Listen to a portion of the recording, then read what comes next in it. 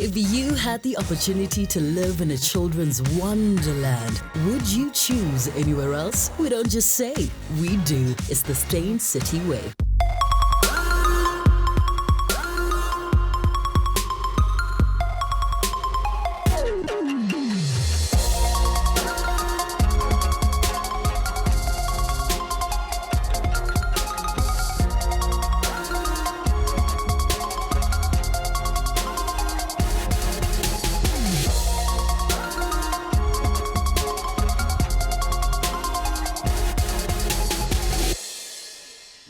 Hello and welcome to Real Talk with me, Anele, right here on SABC 3. The stage is yours. Today we're celebrating Pan-African talent in comedy, film and television. We will go from Nigeria to Limpopo and then to China with our guests who are true impersonations of this theme. To kick us off, we're taking a sneak peek of what will be going on at the 38th Durban International Film Festival, where we're joined by two Nigerian winning actresses who are here for the premiere of the African romantic film Potato Potahto. Joke Silva and Lala Akindoju, welcome to Real Talk. Okay, this is Joke and that is Lala. Joke, I've been watching all your interviews. I feel like you're Africa's Viola Davis, the way everyone respects you. You were saying when you were shooting for Colored Girls, everyone was waiting for you to arrive.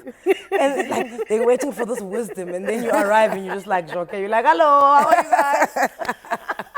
How was it when you guys first met and started working? Lala? So I grew up watching her. Right. Yes, and then when I was 5 years old, I went to see a play at the National Theatre. The King Must Dance Naked, and she was in it. And she walked past, and I just tried to touch her, And then fast forward 2012, we're in the play together because she's producing the play, and I'm in the play, and she's in the play, and it was amazing. She's one of my mentors anyway, so it's amazing. Joke, you don't feel the pressure of the fact that nearly every actress in Nigeria is like, Joke. I wish it was like that. Half the time it's like, this woman, would you stop? No. I think the pressure more is to pave a way in which the younger generation has it easier than my generation. Okay. Yes, that's basically. So you say that your husband, Olu Jacobs, he's your biggest critic, right? Yes, he is. Who's your biggest critic? Me. Really? Yeah. Do you watch yourself, you're like, why did you breathe like that? Exactly, that's it. Because I'm watching, first of all, it's tedious. Like, watching myself with other people is so hard because I'm like, oh my God, Lala. And then I'm like, why did you say, let's see your mouth. Oh, stop it. Yes, so I'm my biggest critic. Do you watch yourself with ease? No, I don't. And quite a lot of times I don't watch anything that I've done until probably years later. And a lot of times I tend to not even, my favorite pastime is watching films from other parts of the world rather than, our own films, because when it's ours, I then tend to be extremely critical, and so it's like hard work. So I don't. She studied insurance, right, in varsity. So she took the long road to find the stage. What road did you take? I took the straight route. Direct. You were just like, mine was direct. I'm not passing beginning, I'm not collecting 200. No. Mine was direct. I kind of knew what I wanted to do right from the age of about, let's say, 16, 17. Oh, beautiful. And I was very lucky. I had parents who supported me in that decision. One of those who believed in asking God to say, Heavenly Father, where do you want me to be? Is this what you want me to do? I laid out what we Christians call a fleece, and that there were several questions I asked the Lord, and he said yes, yes, yes, yes to all of them. So I knew that was where he wanted me. So I went in, worked in the industry for a while, and then my father said, young lady, go and train in this business that you're in. And so I went to train, and then soon after got married, and after getting married, got a bit bored with the industry, then went to university. To study English. To study English? Oh, wow. Yes. Where did you study? I studied drama at the Webber Douglas Academy of Dramatic Arts, which is in Gloucester Road, London. And then I studied English at the University of Lagos, Akoka. Yes. So both of you have got a very strong theatre background, right? Yes. And when it comes to theatre people, I usually find that they're very private and they don't do the lights and the glitz and the glam. But then now you guys are in a movie, right? And you do a lot of movies. And South Africa and Nigeria as a whole, you know, movies are becoming a big thing. So the lights are there, the red carpet is there. So how do you balance your, you know, your introvert theatre side, the thespian, you know, with the movie star? You know, we're at a point where the media there's a merger, everything is coming together. Yeah. The traditional and the conventional media, they're coming into the unconventional ways. So I think for thespians like me, I'm a mix of the old and the new. Yes. Where I'm producing a play and I'm putting red carpet starts at. Okay. Which is not traditional Yes. in theatre. You know, thespians wouldn't do that. But I realized that to get the attention of everybody, not just the thespians, you know, everybody, you have to mix it. You have to do the glamour, you have to do the art, you have to do the glitz. You have, especially when you have great artistic content, you cannot let it go because you are stuck in the art. You have to speak the language of everybody. Yeah, you have to like, package this it. is how it's always been done. Exactly. Yeah. You have to break that and say, okay, you want a red carpet? That will okay. We'll give you a carpet. But you come and see an amazing play and we'll take your money. You know. So we have to do it all because theatre, the arts they have to be marketed right. They have to be put out there. Especially because, you know, people tend to think that the glitz and the glamour are for things that are shallow and things that don't really matter. Yes. But everything matters. And I don't think that one goes without the other. I like that. Everything matters. Everything matters. Everything matters. So you won an award once and your mom didn't like what you were wearing. She's like, what rubbish are you wearing? What rubbish are you wearing? But you know, and you said, oh no, I wasn't prepared to win and I like this. You must always be expecting to win. Yes. Yeah. Yes. Now this is advice from your mother. Yes, this you was must always be expecting to win, right? And you were not dressed. Yeah, I was.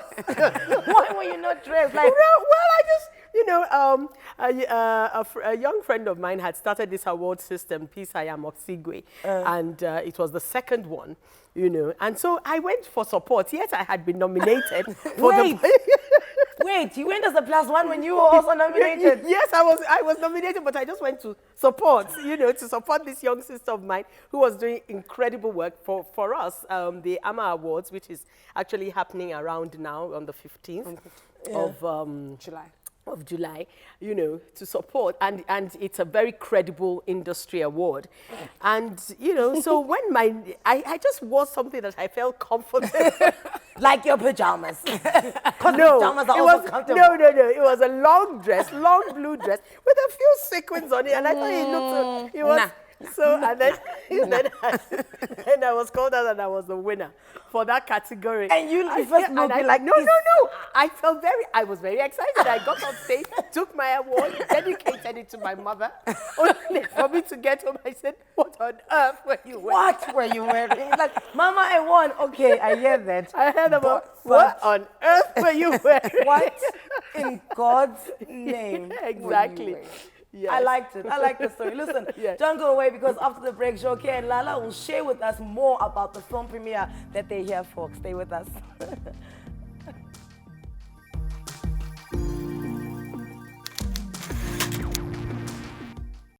That was the trailer to the African romantic drama Potato Potahto, and with us in studio, two of the actresses from the cast, Joke and Lala, to tell us all about it. The first thing I said when I looked at this trailer, I was like, oh wow, an African film tackling divorce. Okay, we are moving on up. We're moving on up.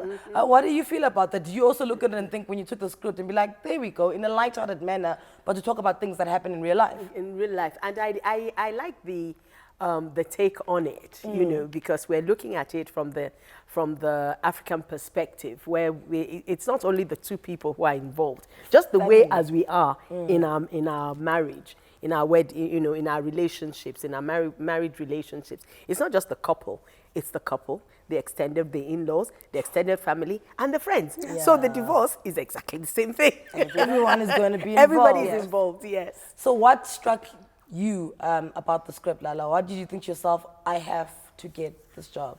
First of all, Shirley Frimpong-Manso was directing it. And she's a director I've always wanted to work with. She's an amazing woman and a great storyteller. And, you know, she's from Ghana and she represents a lot of the things I believe in. So it was a win-win. I'd been looking for that opportunity. Secondly, I get to play a character who's fun. In a lot of my work, I play very serious Are you characters. typecast? Sometimes. No, well, I wouldn't say typecast. Not at all. I actually play very different characters. Yeah. But if you look deep enough, you find out that the character Lala is playing is the nerd, is the market woman, is the, you know, the very extreme. You don't get to play the silly friend with full of comments. You know, sometimes I'm just like, why can't I just be the pretty girl in the film? Can I just sit down and be pretty? Let me be the model. I just want to be the one who parks her brain at the door. You know, and you know, people say, no, Lala, you know, you're a serious actor. You are deep. You know, even if somebody can become a cockroach, Lala, you can become a cockroach. No, she's an incredible character actress. Okay. She really is, yes. You know, so, but here, I get to play this friend who's fun.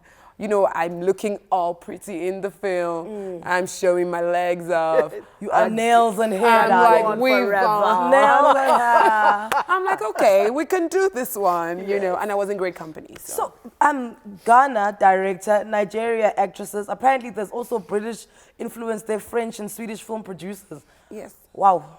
It's a lot. Yes. It's a lot. Yes. Is that an advantage or a disadvantage to have so many minds working on one thing? I think it's an advantage because it's, whether we like it or not, our business is a risky business. And so the idea was, let's share the risk, you know. So it's not a big film. But what we did was that a lot of us came together and invested in it, and it gives us an opportunity to maximize its potential, so that when we're ready to do something bigger, we already know. You already know each other. You've done a project. You know how each other work. Yes. And then moving forward, you can take it to greater heights. Yes. So exactly. You're here in South Africa. You're going to Durban. Yes. For the Durban Film Festival. The movie's showing on the 16th and the 18th, if I've got my dates right. Yes, it's screening. What would you like to get out of the film festival? Just following up from what she said, one of the reasons for this film is because collaborations make dreams come alive quicker. And so you sit down and you think, you know, we're this continent, we've got so many talents, we've got these film festivals. How do we get in? How do we tell some stories? How do we drive some conversations? How do we showcase what we can do? Because, you know, we sit down and like, I can do that, I can do that. But with this film, everybody that has come together is a part of the collaboration. And now that it's screening at the Durban International Film Festival, this is the African premiere of the film, because it showed at Cannes in May. There was a screening at the market at Cannes, and this is the African premiere. I want people to see it as who says we cannot come together to do something. So that's one thing I want people to see. I want people to see the beauty in Africa.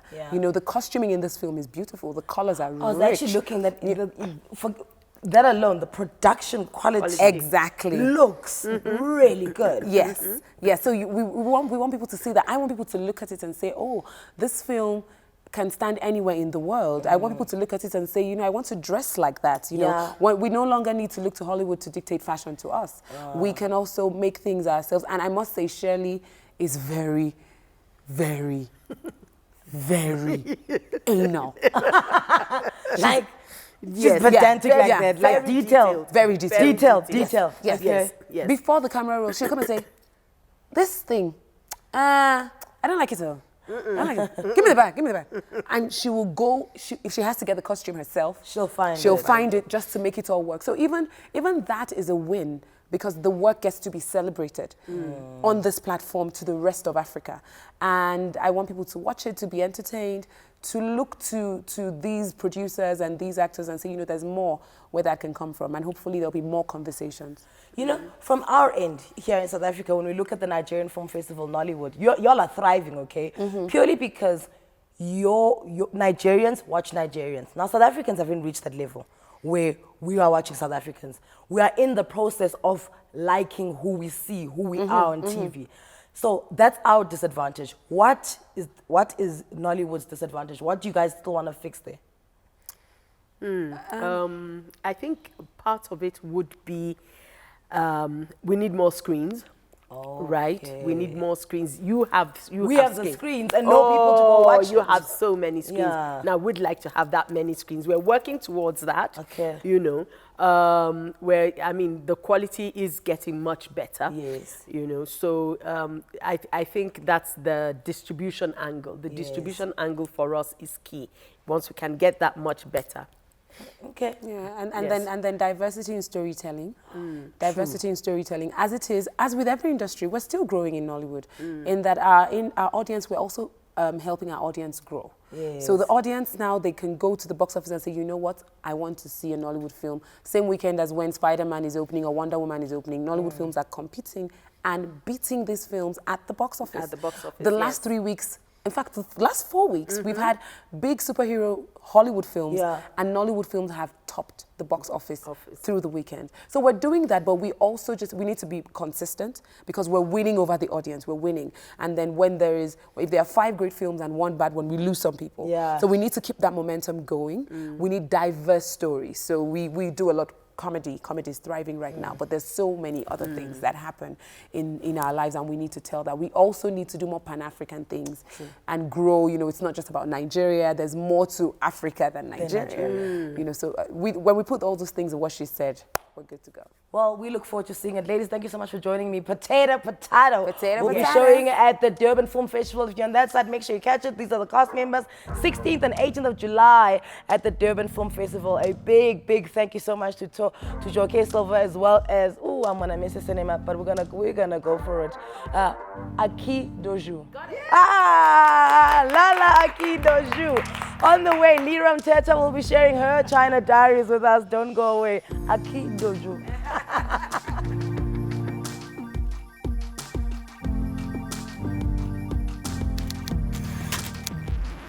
It starts tomorrow, hey? It starts tomorrow at 8:30. Yes.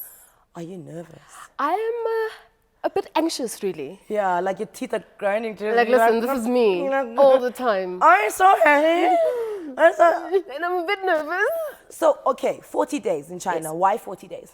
I guess Jesus was also away for 40 days because he was trialed and tested. Okay. And that's exactly what happened. Tried and tested how? Because, I mean, you know, level with me. It's like... Okay, here's the truth, right? We stayed at 5-star hotels. It was bougie, it was classy, the works. However, we had never been abroad before. So now having a new... both of you? Both of First us. time out the country? Yes. To a country that don't speak no English? No talk of English. So here we are, it's the two of us, and now we also have to work.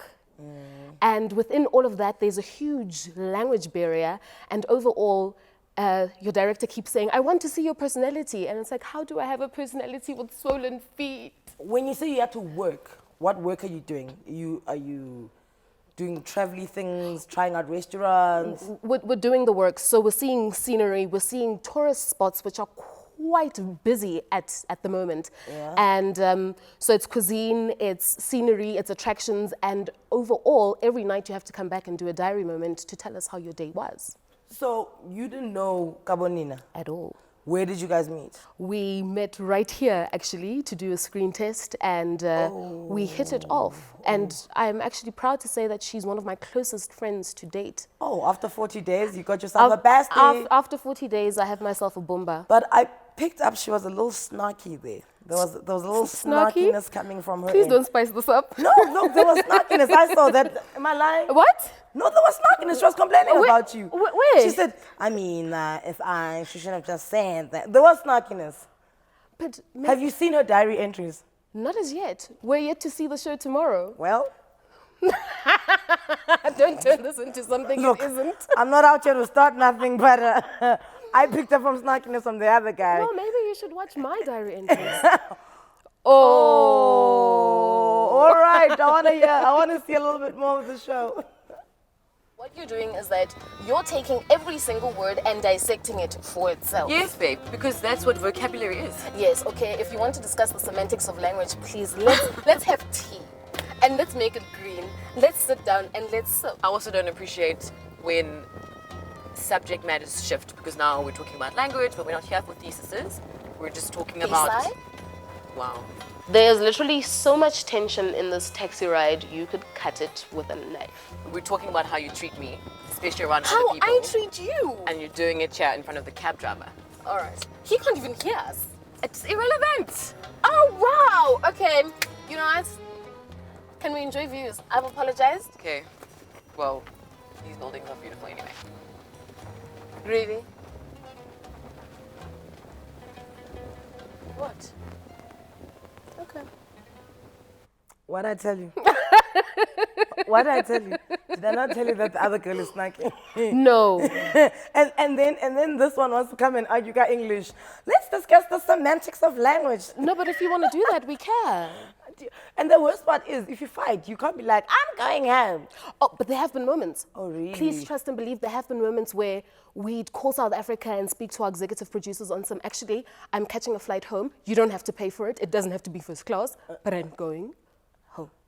And then what other, outside of the fact that there's a dynamic between you guys, which I think I like, and it's real, you know, as much as yes, TV is It's made, what? It's what, Anele? Yeah, it's real. You're such an idiot. So as much as TV is put together to be TV, there's a certain element of authenticity there. Let's talk about China, Yes. which we're going to experience through your guys' relationship as well. What were the culture shocks for you? Some of the culture shocks were every meal included soup. And that was huge for me because I was like, I don't eat soup, even if it was made by my mother or blessed by the Pope. Soup is not for me. But every meal, if it's a 9-course meal, there will be 2 sets of soup there. There's 9-course meals. Yes, my babes. And it gets served on a round table that rotates. All right. And you even eat the soup with a chopstick. So, no, man. You eat a soup with the chopstick. Now you're just lying to us. Yes, I am. Okay, you sippity. Yes. And then here's another thing, in the sense that China's very progressive when it comes to technology, but at the same time, they're very traditional. So obviously you had to cut through that and you know, experience the traditional side of China as well as the, you know, the forward modern market. Because out on this side, we're just like, yo, China, karate, that's it. Yeah, you know what I'm saying? We just think karate and Mr. Miyagi and that's it. What surprised you the most? Is that, for instance, one of the cities we went to, which was the first city, Shanghai, is very cosmopolitan.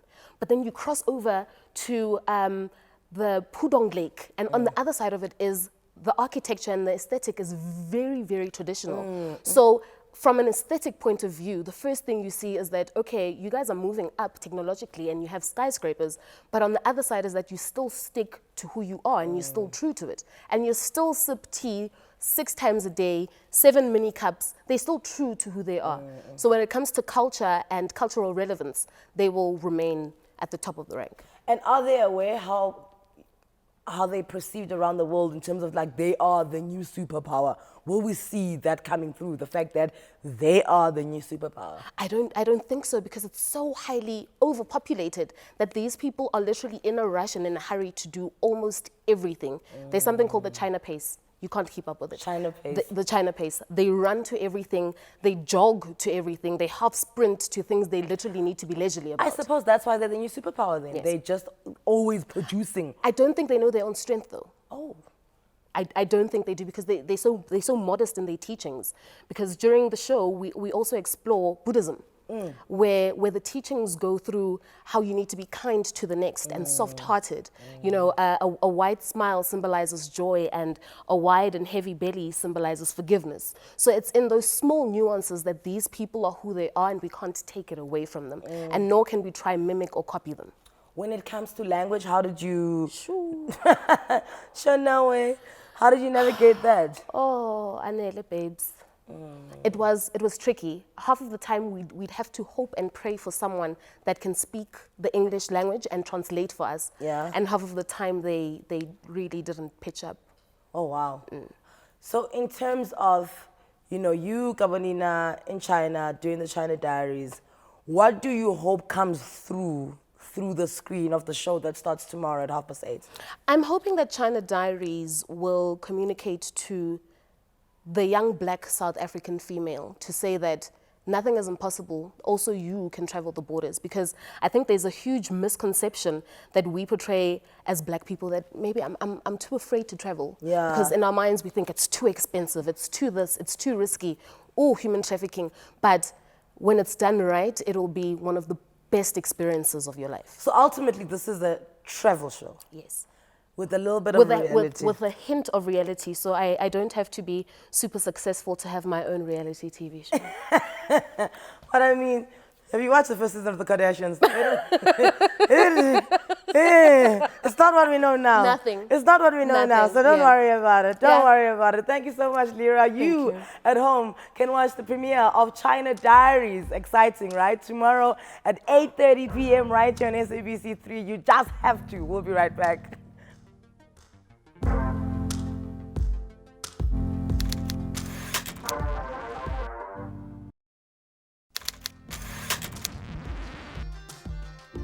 And right now, we are joined by a man who leaves his audiences in stitches with his jokes. Hailing from Limpopo, this man won many comedy awards, including the Savanna Comics Choice Award in 2016 and the Ikusasa Young Comedian of the Year Award in 2012. He has showcased on comedy platforms like Blacks Only, Makufe, as well as the Soweto Comedy Festival. He's also the brains behind the annual Limpopo Comedy Festival and has featured on TV screens and theater stages, showcasing his acting skills. Ladies and gentlemen, Ulapa Mashabela Galane. Hey! Thobela. Yo, I never thought I'll make it to SABC3. Really? Because what? Because I'm not the target market. I organized the subtitle for. Kini target market SABC3? Kibo, oh my God, wow. OMG, Tiffany. Yeah. Tiffany. Yeah, so negative from 5. From 5? Yeah. King, From 5. I guess there's a difference between grade 12 and from 5. Oh, yes. Yeah. Okay. But now you're just being funny. How old are you? I'm early Partly cloudy. 30s, yeah. Early 30s. Yeah. I'm 33. Oh, okay. And even me, it wasn't Form 5, nearly grade 12. Oh, nearly grade 12. Yeah. So, because Form 5 is our parents. Yeah. Yeah. Even the schools in the rural areas that you went to, they weren't saying Form 5, they were saying grade 12. So why Lalimak? No, go to rural areas, nearly Form 5. Really? You guys understand it. Levels to education. Levels. Yeah. So who told you were funny? Yeah. My audience, the response that I'm getting. But Yabona now, Yeah. that's now because you are on stage. Okay. And there's an audience. Yeah. Before you got on stage, there has to be a process that you had to walk, right? Yeah. And then beat your friends, maybe Kukwahao or someone telling you. No, they always told me that I was whack. Look now. Because it was difficult back in the days. We didn't have a platform to perform vernac Joburg. True. Yeah, it was difficult back then. But this it ain't gonna fly, dog. Zamas khwanya. And then did you try to But like teach look at yourself me English? now. Look at me now. Yeah, on real talk. Yeah. Okay, but then back in Limpopo, which is where you started comedy, ne? No, I started comedy here because I went to vets. I started comedy go varsity. Okay. So at least you had the stages. Yeah. Just that you could only make people laugh in No, go Limpopo there is not the platform to comedy. yeah. So one night you decided to get on stage. No, I decided I can see there was a gap in terms of vernac comedy. It wasn't well represented because now Barigada Titamaho as mainstream. So vernac at that time never saw it serious. Even now it's the most biggest comedy. What's your understanding of mainstream? Yeah, mainstream kiba doggy dog. Kiba why did the chicken cross the road? And the bora you joke with that one. Sorry, my recall fell. I only talk about and joke as whole. Knock, knock, who's there? Who cares? Because Tina, we don't knock, and we just walk in. Yeah, and sometimes if you don't laugh, you'll get this one at home. You get this one on the way And home. it's work. It's not a matter of getting it at home. Yeah, bora. Yeah, bora. Yeah. So now you're waiting for your big break, ne? Yeah. In comedy. And you were told, dog, vernac comedy, it ain't gonna work, dog. There's no stage for it. And I'm pretty sure they were saying that a vernac market doesn't have money. Yeah. Right? Yeah. To buy comedy tickets, to buy comedy DVDs. Then you see someone like Celeste make it. Yeah. Then you see someone like Skuma make it. You're like, oh. No, it's the other way around. Who made it first? They saw me first. Okay. Yeah, I'm the role model. No, but I'm being for real because our first DVD was called Strictly Vernac. So that's where it has inspired a lot of comedians to do vernac comedy, even though it was tough back in the days. Yeah, but now. I also hear you like a bit of a hustler, right? So, King Maringo juice, what? Moringa. I do everything because it's not easy to, especially if you don't have sex appeal in the film industry, because I studied drama, so it wasn't easy. Like a failed audition all the time. Yeah, when you study drama and you look a certain way, you're always going to be cast as the friend. Yeah, or extra. Extra. Salika give up the audition, I don't do them anymore. Don't you? Yeah, last time they casted me for, it was a Hollywood film, District 9. Yes, yeah, what were you? It was around, I was a Nigerian gangster. Thank God because of this xenophobic attack around that time. So they couldn't get the Nigerians. Oh, so then they had to ask you. And then I looked the part. Yeah, so that was it actually. You've also been in other things like Rhythm City. Yeah, I did Rhythm City. I'm on Skim Sam now. Yes. Yeah. So how do you balance the comedy and acting? Because I know that if you're not on stage with comedy all the time, you're not going to get better. Yeah. But then you also then have to be on set all the time because Scheme is a daily show. So how are you balancing that? With me, I don't wait for bookings. I create my own events. There's one called Comedy Under the Sun. I think it's the biggest comedy show in Africa, not in South Africa, because it's an outdoor event. Yeah, we're talking about 6,000 people under one roof. There's no roof, it's outside. Yeah, under the roof. sun. That's why we call it Under the Sun. Yeah, so it's the biggest. So vernac comedy has grown. But doing comedy outside, is that easy because the acoustics are not on your side? Do you know what I'm saying? Because the thing about comedy is I need to be able to hear everything that you're saying so I can hear the gag. Oh, okay. No, it depends. If you've got a proper sound, depend on the setup. If you've got a proper sound, because I've realized that can work. By the time I was hosting some of the jazz festival, and in between as an MC, people could respond to what I was saying on stage. Then I thought that can work if it's comedy only and 20% of music. But so far, so good. It's been working very well. So when you were doing the dramatic arts and you're like, you were tired of auditions and all of that, and then you decided to go through comedy, did you ever think to like just give up and maybe become a businessman? Because I know you sell accessories, you sell clothes. I've got my own juice called Moringa juice, because I'm just sick and tired of the white monopoly. Yeah. As black people, we are only consuming most of the stuff. We're not coming producing stuff, and it's a lifestyle for us, and we need to change that. So it's about time. Before I die, I just need to make a mark and create something that, and people have been supporting me. So create something from a business level. Yeah, like a business. I'm not only a comedian, entrepreneur type of thing. Do you find it difficult for people to take you seriously in a business space because Mashabela and Mashabela is style? No, I work with what I've created in terms of the character Mashabela as a comedian. Because with the Moringa juice, most of the people, they think Moringa juice, it's about sexual enhancement, because I always talk about sex on stage. I don't have a filter. A filter. Oh, Instagram. No, I get Instagram. Actually, I'm not Instagram. I go all out. That's why even your producer here, she was scared and say, Papa, please try to keep it clean. Why can you not keep it clean? Are you always speaking about sex? Like, you can't find other things to speak about? No, I don't. They said it's a family show, and so they don't want to get you into trouble. Okay. And like I said earlier on when I was here, you've got so much land here. Stay in city. Just learn. Yeah, next time when I come Would here. you like something? Which No, one? next time which when one I do you come want? here, Julius, we must just identify a spot. There is one there. There by the river. Yeah, a piece of land. Typical black men to go by the river. I will meet you at the river. Listen, in 2014, Mashabela released his first live DVD titled Rock the Mother Tongue. And on the 22nd of July, Rock the Mother Tongue 2 is happening at Carnival City. We chat to him about that after the break. Stay with us.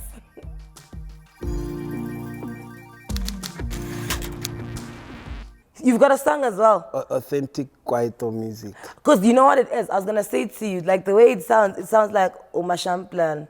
Like, eh, Uba, anyone, doom, doom, doo, doo. Do you know Yeah, what I'm talking because about? I had to do music because I felt like these hip hop cats lately, they can't rap anymore. It's all about auto-tune. Yeah. But okay, can't rap and auto-tune, those are two different fights. Do you know what I'm saying? So what, is what they are saying not right, or is it how they sound not right? Or what they're saying, it's not about the lyrics anymore. They're singing, they can't even rap. Yeah, but I mean, you did a song about your dad didn't sleep at home. You are in no position to be dissing people about lyrics. That song, I know most of the women can relate to that song. That's why I don't support the cause. Yeah, I do support women. So I know once you reach 40 years as a man, it's an adolescent. Most of women can relate to that song. Stage. Yeah, that's Either through their father or through their man. yeah, through their man or their father. Yeah. So what's the premise of the song? Okay, it's your father didn't sleep at home, but what are you saying about him not sleeping at home? No, I'm explaining actually why didn't he sleep at home throughout the song. Where is he? Actually, quite it's easy. You just repeat the chorus. Ah, robale high. Ah, robale high. Ah, then it's a hit. Why did you start singing? Were these things that you were saying on stage and you saw people reacting to them and laughing, you were like, let me make it a song? Yeah, exactly. And I felt like most of the people, especially young people from Limpopo, we are not represented in the music industry.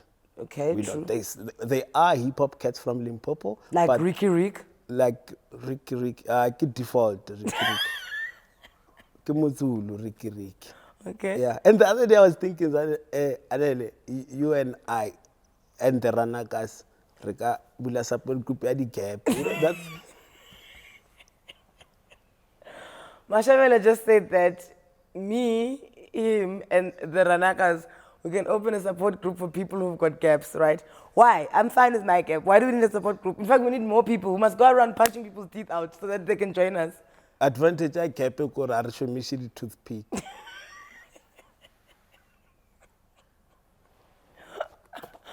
Let's read the tweets that are coming in. Okay. I love this dude. I discovered him last year. Been laughing ever since. I love people who crack me up. From @Makosazana Kumalo. If I go to your show and I don't understand Sotho, am I gonna laugh?